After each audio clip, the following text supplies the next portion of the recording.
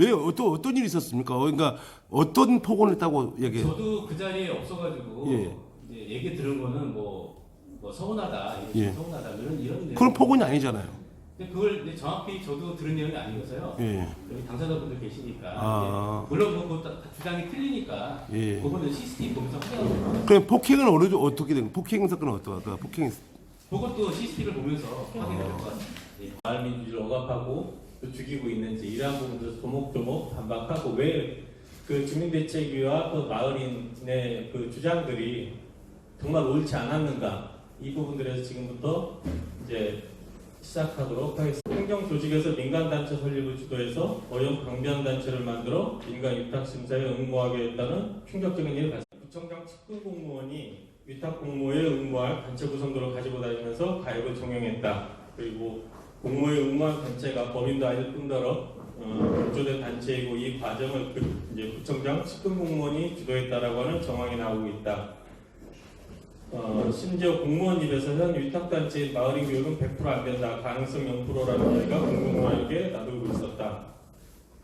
자, 구청이 지역 국민들을 이간질시키고 싸움을 충동질시키고 있다. 자, 누가 가 진실이 밝혀지고 마을 공동체 지원센터가 일부 단체의 생활수단이 아니고 사리사욕이 없는 진정한 마을 민주주의를 바라는 금천구와 금천구민의 명예를 회복할 수 있는 자리였습니다. 오히려 공정한 금천을 만드는데 가장 문제가 있었던 것이 저는 사단법인 마을인이고 또 사실 사단법인 마을인이 주도한 주민대책이라고 생각을 합니다. 그 마을인과 주민대책의 행위와 또 사단법인 마을인의 이사로 있는 이성호 국장의 그 기사를 보면 이건 꼭 선거 전에 의혹 기사를 내서 선거를 혼탁하게 만드는 것과 똑같아요. 대책에서는 그 전전날 구청장실에 무조건 들어와서 총장 나오라고 해서 주변의 시선을 끌고 또 심사 전날 다수가 나와서 집회와 같은 기자회견을 하고 없는 재계약이 아니라 다소 힘들고 분란이 있다 하더라도 다양한 단체들이 들어올 수 있도록 공모 과정을 통한 위탁 선정을 주장했습니다. 왜냐하면 현재 사단법인 마을인에서 운영하고 있는 마을센터를 보면 이거는 이제 좀 자의적인 판단도 좀 들어가 있습니다. 가장 위험한 부분들이 마을 사업의 독점한 경향성이 날로 커지고 있다는 겁니다. 그리고 이 독점한 경향성을 이 지도부가 제어하거나 견제할 수 있는 리더십이 부재하고 오히려 더하면 더했지 이것들이 저는 심각하게 민주주의를 위협한다고 판단했고요. 결코 해결할 수 없다라는 게 이제 제 경험적 판단이었습니다. 마을인이 공모에 응하지 않든 상관없지만 여하튼 다른 단체의 진입을 차단하는 공모 과정이 없는 재계약은 불가능하다고 주장했던 장본인 분들이 아무런 약속 없이 구청장실에 난입하여 구청장 면담을 요구하였습니다. 이 사실을 이는 11월 7일 열린 심의에 상당한 영향을 끼쳤다고 추측하고 있습니다. 11월 7일 마을공동체 지원센터 위탁 심의에서 사단법인 마을인이 위탁업체로 선정되게 됩니다. 이 사단법인 마을인 교육이 주장한 대로 이 단체가 국제된 단체라고 했으면 제 생각에는 사단법인 마을인 교육도 이 위탁에 참여하기 위해서 급제된 단체로 사실 그때 당시에도 구청의 입김이 정말 없었을까요? 마을인이 사업을 받을 때도 자 만일 이 말이 맞다라고 하면 그때의 행정이 지금보다 더 오히려 부당하게 간섭하지 않았나 그리고 그때는 주민대책위는 왜 아무 말도 하지 않았나 전 그런 질문을 하고 싶어요.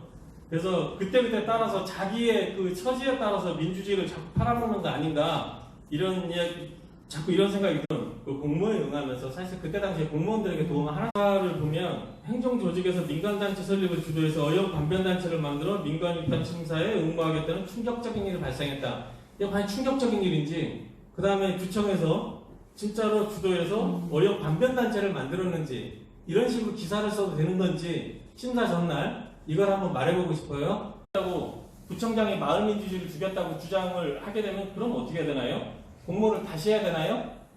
저는 적어도 그러한 주장을 하려면 그러한 것을 뒷받침할 수 있는 근거나 그 주장 내용들을 가지고 와서 주장을 해야지 그 철없는 말들을 듣고서 마을민주주의를 실현하겠다는 사람들이 무슨 구청에서 뭐 거대한 음모가 있는 것처럼 현 구청장이 각성할 정도로 민주주의를 말살했다고 주장해야 그건 과연 옳을까요?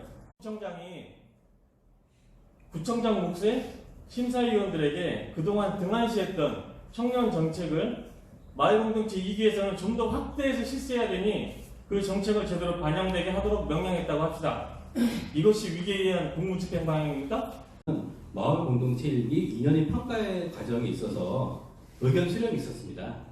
그 의견 수렴에 뭐 지역 언론도 뭐 다루듯이 현재 마을 공동체 지원센터가 마을 사업의 확장성이 부족하다, 마을 사업이 폐쇄적으로 한다, 이런 얘기들이 많이 나왔었어요. 그래서 이런 문제를 종합적으로 원칙대로 이제 저희는 공모 과정을 거치게 되는 겁니다.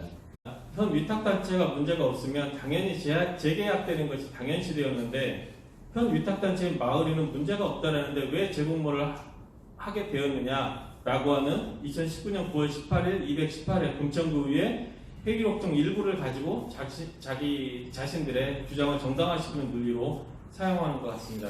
그래서 그 면제는 없고 그 문제가 있다라고 말할 수 있는 행정직 공무원들이 사실 그렇게 많지 않다라는 걸 알고 있지 않습니까? 그런데 그걸 가지고 자기들의 주장을 그 정당화시키는 논리로 삼는 부분들은 저는 이것들은 좀 너무나 허술하다, 좀 문제가 많다 이렇게 생각을 해서 그래서 제가 말씀을 드리는 겁니다.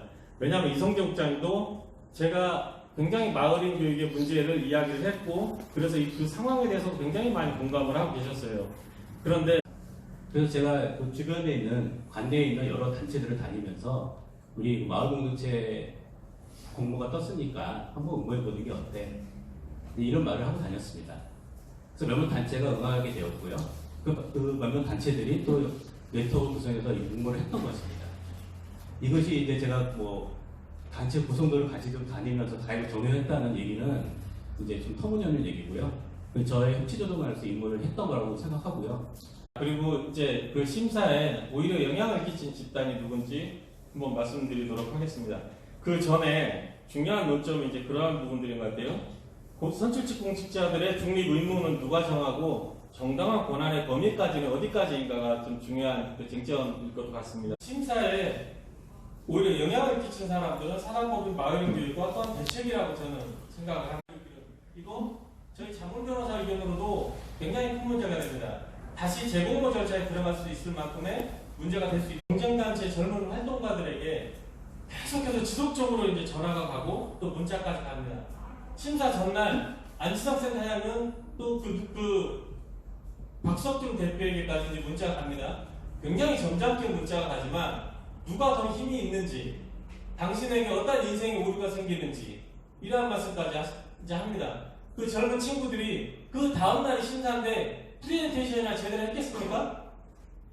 자, 이러한 부분들에 대해서는 솔직히 그 마을민주를 하겠다는 사람이 젊은 사람들이 들어와서 같이 응하겠다라고 하면 쌍수를 들고서 저 같은 경우 환영을 해야 될 텐데 과연 그 문자들이 응원의 문자였을까요? 협박의 문자였을까요?